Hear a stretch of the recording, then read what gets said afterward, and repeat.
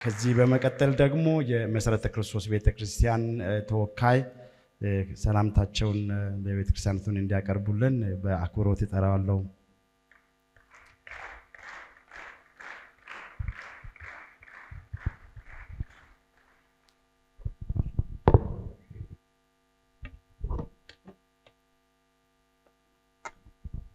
ሁላችሁንም በጌታ በኢየሱስ ክርስቶስ ስም ሰላም እላችኋለሁ። ስሜ ታገሰ ጃሌ ይባላለሁ። ከዚሁ ከሐዋሳ ነኝ። የመሰረተ ክርስቶስ ቤተክርስቲያን የሐዋሳ ክልል ዋና ጸሐፊ ነኝ። ከሁሉም ከኔ ቀድሞ ከተናገሩት እኔ እድለኛ ነኝ። ምክንያቱም ታላላቅ አባቶች ፊት ቆሜ ቤተክርስቲያንን ወክዬ በተለይም ደግሞ የቤተክርስቲያናችንን ፕሬዝዳንት ፓስተር ደሳለኝ አበበን በመወከል በዚህ እንድናገር እድል ስለተሰጠኝ እግዚአብሔርን አመሰግናለሁ። እናንተንም እግዚአብሔር ይባርካችሁ ማለት ፈልጋለሁ። ፓስተር ደሳለኝ አበበ በዚህ ጉባኤ ተገኝተው ከናንተ ጋር ህብረት እንዲያረጉ ንግግር እንዲያረጉ ተጋብዘው ነበረ። ግን በቤተ እምነቱም እንዲሁም በሌሎችም የአገልግሎት ኃላፊነት መገኘት ስላልቻሉ እኔ በዚህ በ81ኛው ጠቅላላ ጉባኤ ቤተክርስቲያኒቱንና እሳቸውን በመወከል ንግግር እንዳደረግ ነው በዚህ የመጣሁት። ስለዚህ እንኳን ለ81ኛው ጠቅላላ ጉባኤ በሰላም አደረሳችሁ ብለዋል። ሐዋሳ የሲዳማ ክልል ዋና ከተማ በመሆኑ እሳቸው ሲዳመኛ በደንብ ስለሚችሉ ዳይቡሹ በልልኝ ብለዋል በሲዳመኛ ቋንቋ።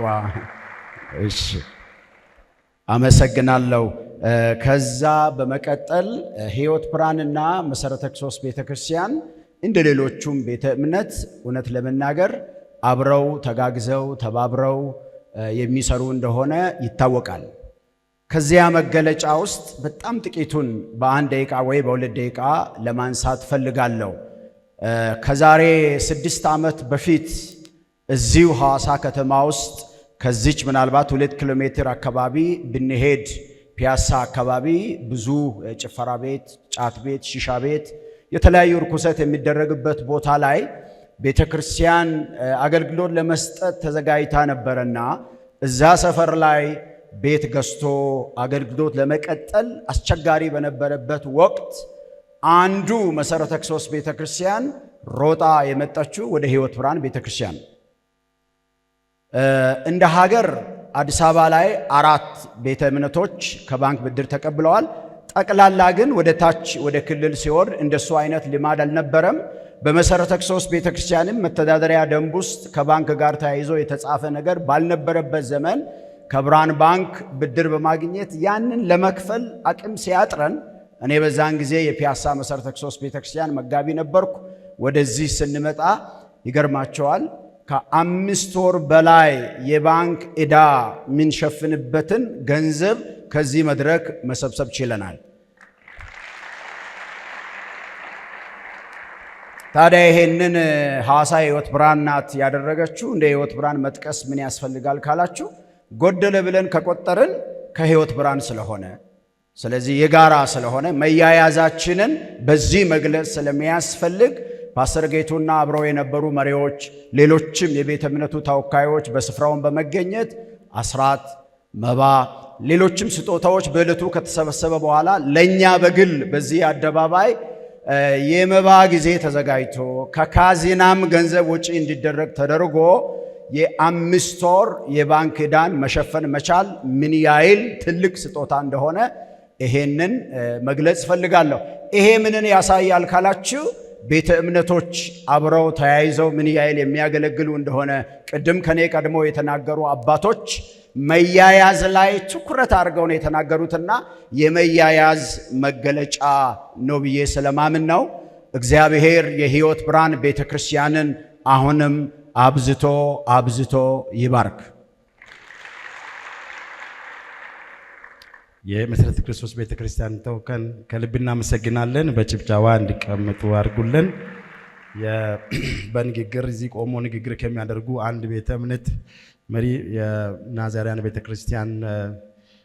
ቤተክርስቲያን ፕሬዝዳንት ዶክተር አንበሱን ወደዚህ ይጠራና ከእሳቸው ንግግር በኋላ ደግሞ ፓርትነሮቻችን ከሀገር ውጭ ሆኖ ሰላምታቸውን ያቀርባሉ። እሱን እንከታተላለን። መጀመሪያ ግን ዶክተርን ወደዚህ በአክብሮት ጋብዛለሁ።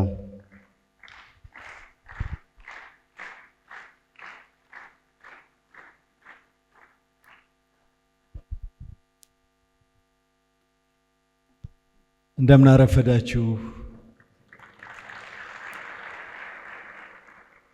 የአምላካችን የእግዚአብሔር ስም ብሩክ ይሁን።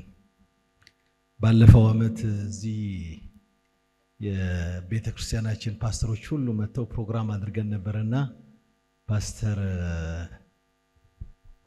ተስፋዬ ጋቢሶን ጋብዘነው ነበር እና ፓስተር ተስፋዬ ሁሉ ሰው ስለሚወደው ሰዎች የኛ ሰዎች ደስ አላቸውና እንዳውኑ እንዳጨበጨባቸው ቻ ቻ ቻ ያረጉ ወደ መድረክ ሲመጡ እንደኔ ማይኩን ተቀበለና እስካሁን ደርግ ውስጥ ናችሁ እንደ ያላችሁት አላችሁ።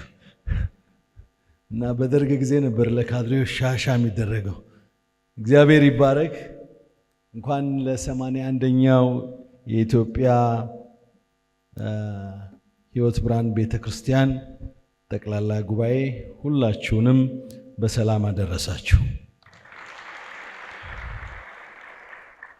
ፓስተር ዶክተር ጌትነት ለማ የኢትዮጵያ ወንጌል አማኞች ቤተክርስቲያን ካውንስል ጠቅላይ ጸሐፊ፣ ፓስተር ታሪኩ ብርሃኑ የቤተክርስቲያኒቱ የሕይወት ብርሃን ፕሬዝዳንት፣ ፓስተር ብርሃኑ ቦረና የቤተክርስቲያኒቱ ምክትል ፕሬዝዳንት፣ ፓስተር ዘሪዮን ደጉ የቤተክርስቲያኒቱ ስራ አመራር ቦርድ ሰብሳቢ፣ ፓስተር ጌቱ አያሌው የዚች ቤተክርስቲያን መጋቢ፣ እንደገናም ደግሞ አድሬስ ማድረግ መፈልገው ዶክተር እንዳለ ገብረ መስቀል የኔ አስተማሪ፣ እንደገናም ደግሞ በጣም የምወደውና ማከብረው ታላቅ ወንድም በዚህ በመካከል ስላላችሁ ሁላችሁንም የኢትዮጵያ ሕይወት ብርሃን ቤተክርስቲያን ፓስተሮች፣ በተለያየ አገልግሎት የምታገለግሉ ወገኖች ሁሉ እግዚአብሔር ጠብቆን ሁላችንንም ለዚህ ስላደረሰን እናንተ ደግሞ ባለፈው ዓመት እግዚአብሔር ስለሰጣችሁ ስኬት፣ እግዚአብሔር ስላከናወነላችሁ መከናወን እግዚአብሔርን ለማመስገን ስለተሰበሰባችሁ እኔም ከናንተ ጋራ ምስጋናዬን እደምራለሁ። ክብር ሁሉ ለአምላካችን ለእግዚአብሔር ይሁን። እኔ ዶክተር እንዳለ አንድ ጊዜ ነግሬዋለሁ፣ ዛሬም ደግሞ ነግሬዋለሁ። እሱ አያስታውስም፣ ግን ሲያስተምረኝ የቀረልኝና ሁሉ ጊዜ ውስጤ ያለው ነገር ማለት ነው ክርስቶሎጂ ነው። ስለ ኢንካርኔሽን ያስተምረን ነበርና እግዚአብሔር አምላክ ሰው ሆኖ ስለተገለጠበት፣ ስለዚህ ምን አለ? እግዚአብሔር ሰው መሆን ሲችል አለ የተቸገርነው ሰው መሆን አቃተው እና ሰው ሆኑ አለ። እግዚአብሔር ሰው ያደርገን። ምክንያቱም ከብዙ ነገር እንለያለን። እኛ በዓለም ላይ እግዚአብሔር ከፈጠራቸው ነገሮች ሁሉ ድንቅ ተደርጎ የተፈጠረ ሰው ነው። ስለዚህ የእግዚአብሔርም የደህንነት መልእክት የመጣው እኮ በሰው ነው፣ በእኔና በእናንተ ነው፣ በሰው ለሰዎች። ስለዚህ የሕይወት ብርሃን ቤተክርስቲያን ከተቋቋመችበት ጀምሮ እግዚአብሔር የሰጣትን ይህንን ትልቅ ተልእኮ እያከናወነች ለብዙዎች ለእኛ ቤተክርስቲያንም እንደገናም ለብዙዎች አብያተ ክርስቲያናት አርያ ምሳሌ የሆነች ቤተክርስቲያን ናት። የጠፉትን በመፈለግ ሩቅ ቦታ ሄዶ ቤተክርስቲያንን በመትከል በተለያዩ ችግር ያሉትን በመደገፍ በብዙ ነገር አርአያነት ያለው እግዚአብሔርም የሚወደው ስራ እየሰራች የቀጠለች ቤተ እምነት በመሆኗ ለዚህ ቀን ያደረሳችሁን የረዳችሁን በገጠርም በከተማ ሞገስ የሆናችሁን እግዚአብሔርን ዛሬ ከናንተ ጋር ቤተክርስቲያኔን ወክዬ አብሬ ጌታን ላመሰግን እድል በማግኘቴ አሁንም የጠራኝን ፓስተር ታሪኩን እጅግ አድርጌ አመሰግናለሁ። እንደገናም ደግሞ ጉባኤውን አመሰግናለሁ። እግዚአብሔር አምላክ ይባርካችሁ።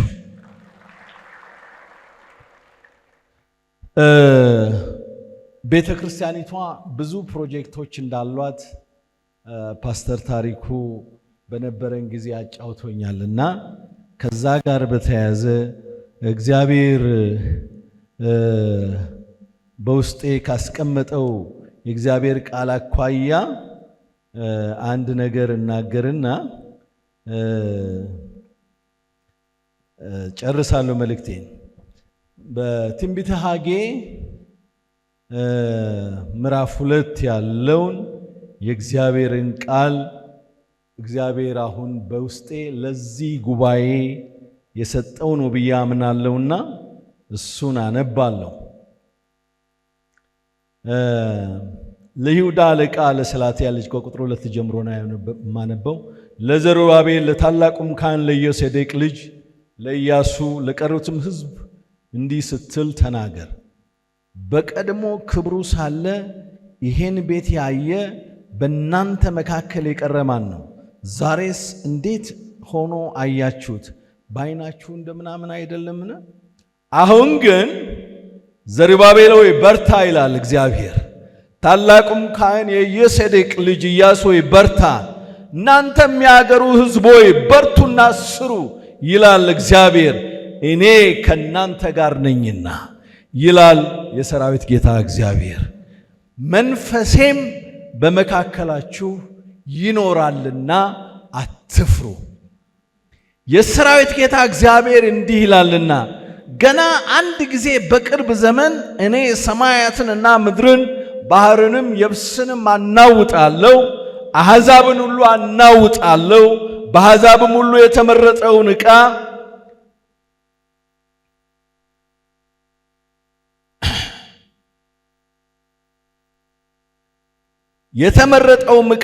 ይመጣል፣ ይህም ቤት በክብር እሞላዋለሁ ይላል የሰራዊት ጌታ እግዚአብሔር።